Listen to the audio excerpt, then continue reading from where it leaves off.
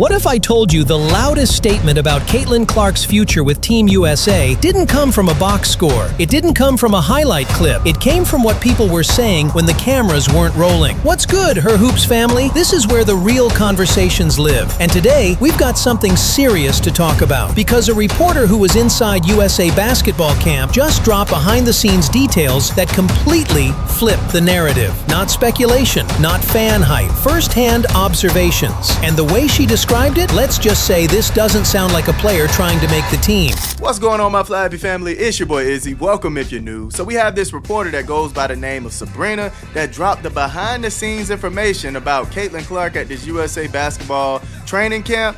And the way that she's talking, Caitlin Clark made this team, fam.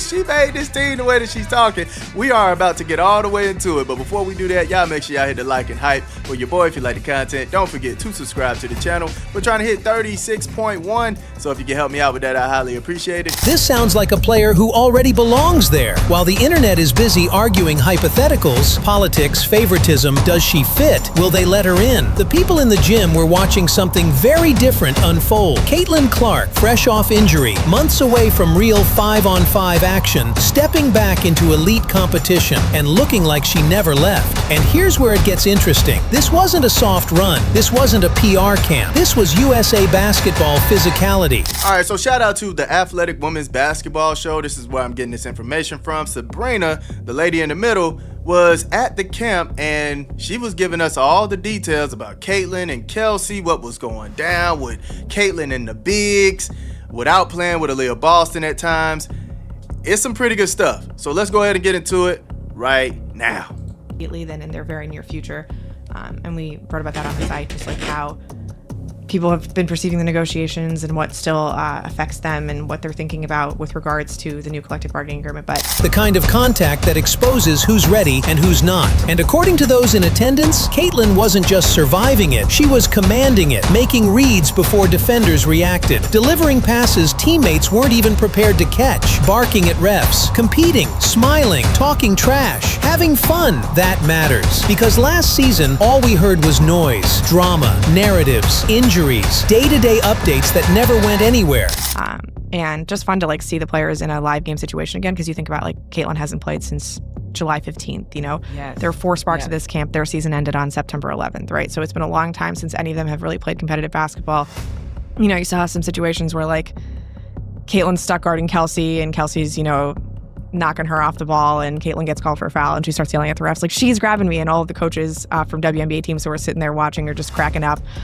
Kelsey had one situation where she sort of... It was exhausting, and now, for the first time in a long time, the story is just basketball again. And if you're paying attention, this feels like a turning point. So before we break down what was actually said, what it means for Caitlin Clark, and why this might quietly answer the biggest Team USA question heading into the next cycle, do me a favor, hit that like button, subscribe to Her Hoops, and get in the comments early, because once we unpack this behind-the-scenes report, this conversation is going to get very real very fast. She's been struggling a little bit, you know, got through to the hoop, just like yells right in like Becky Hammon and Nikki Fargas's face, and they're just like cracking up, like classic Kelsey, you know? Right. Stirring it up. I love that. Yeah. I love that you could see the storylines continue from the W season into, you know, this camp. And I want to particularly hit on 2 things that you wrote about, just Caitlin Clark being back on the court. You also got a quote out of Sue Bird about her being impressed with Caitlin just being engaged while she was out. And let's get into it. To really understand why these behind-the-scenes details matter, you have to zoom out and look at the moment Caitlin Clark is walking into. This wasn't just another open gym. This was USA basketball camp, a controlled, high-level environment where every possession is evaluated, every interaction is noted, and nothing goes unnoticed. Coaches, executives, WNBA decision-makers, all watching, all comparing. And Caitlin, she hadn't played real 5-on-5 basketball since mid-July. That's months away from game speed, months away from timing, rhythm, lungs, legs, all the things you can't simulate in workouts. So I don't know why it's so hard to keep up with Caitlin Clark. Maybe because she threads that needle and she puts it right where you need it, right where it needs to be, right? And as they stated, Dearica Hamby had a situation where she got the ball, and I think that's when she got blocked. I think that's what she's talking about. But she got the ball, brought it down, right? Caitlin Clark is going to put it right where you need it so you can get it and go up with it. On top of that, she's coming off a season where injuries disrupted everything. Not just her availability, but the rhythm of her entire year. So naturally, the question wasn't talent. The question was, where is she really at? According to the reporter embedded at camp, this was 3 days in North Carolina. Real competition, real physicality. Some USA players going against each other.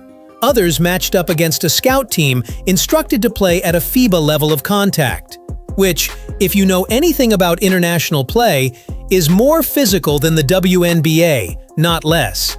And that's important, because this camp wasn't designed to make anyone look good. It was designed to test habits, decision-making, composure, edge. And right away, the familiar patterns showed up. Caitlin guarding elite scorers. Caitlin getting bumped, grabbed, knocked off her spot. Caitlin arguing calls, competing through contact. And while that's happening, WNBA coaches sitting courtside are laughing, not mocking, not dismissive, but recognizing exactly who she is. That fire? That edge? That's not new. What is new is the environment she was operating in. At times, she wasn't even playing with Aaliyah Boston. New bigs, new spacing, new timing. And that's where the separation showed. Because Caitlin wasn't just making the pass, she was making the right pass, at the right time, in the right spot. And some teammates simply weren't ready for it. Not because the pass was bad, because the expectation level was higher. And here's the key detail that shouldn't be overlooked. The reporter said Caitlin looked happy, engaged, talking to media, enjoying being part of the basketball process again. After everything last season turned into? That alone says a lot. And now that we've set the stage, it's time to break down exactly what was happening on the floor and why it quietly sends a message Team USA can't ignore. Let's break this down piece by piece, because the details from this camp tell a much bigger story than a simple, "she looked good." First, the shot making. According to the report, Caitlin Clark looked like Caitlin Clark. The step back three? Still there. The confidence to pull it without hesitation? Still there. That alone matters because shooting is usually the last thing to come back after a long layoff. If the jumper is falling this early, the foundation is solid. But the real separator wasn't the scoring, it was the passing. There were multiple moments where Caitlin delivered passes that caught teammates off guard. Not because they were risky, but because they were advanced. Hit-ahead passes, touch passes, thread-the-needle reads where the ball arrives exactly where it needs to be, not where the teammate expects it. And when she wasn't playing with Aaliyah Boston, you could see it. One reported moment involved a big catching the ball, bringing it down, and getting disrupted. That's a learning curve issue.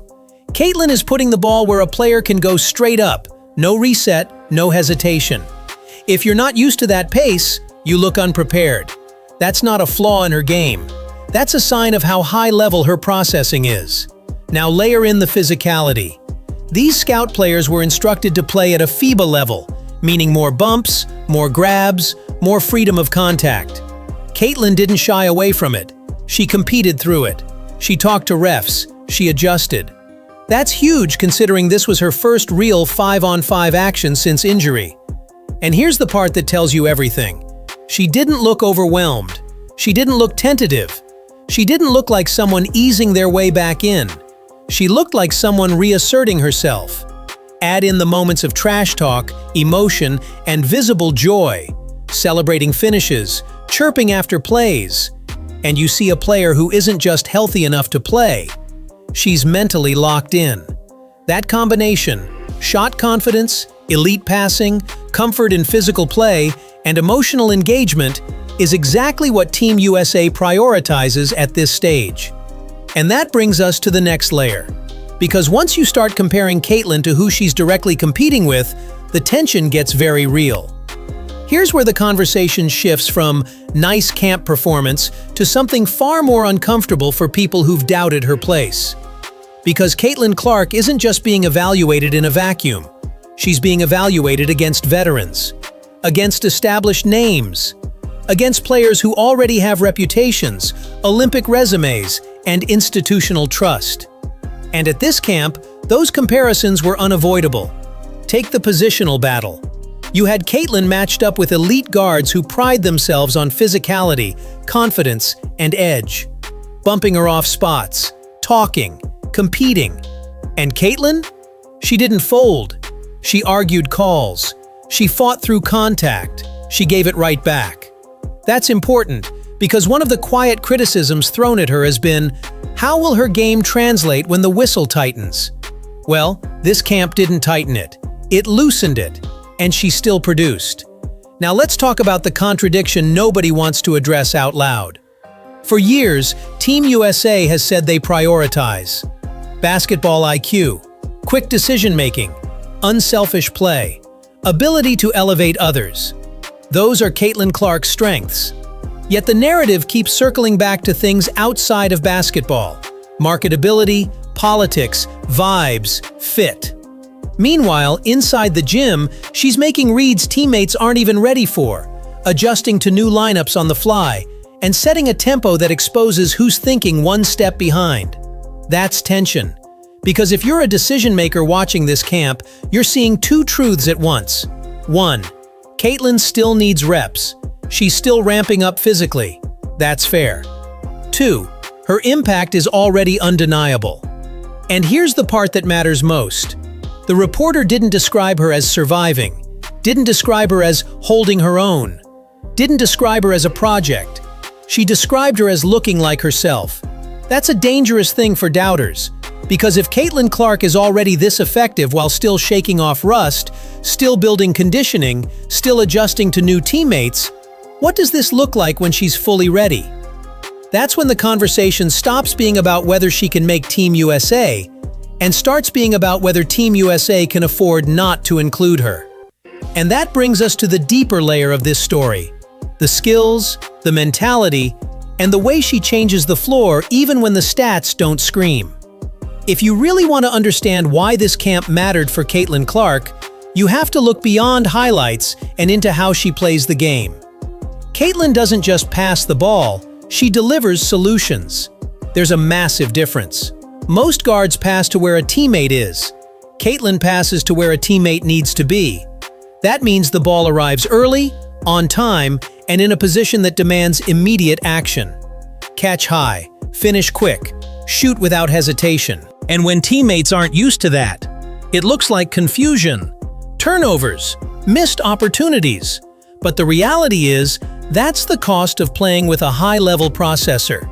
This showed up clearly when she wasn't paired with Aaliyah Boston.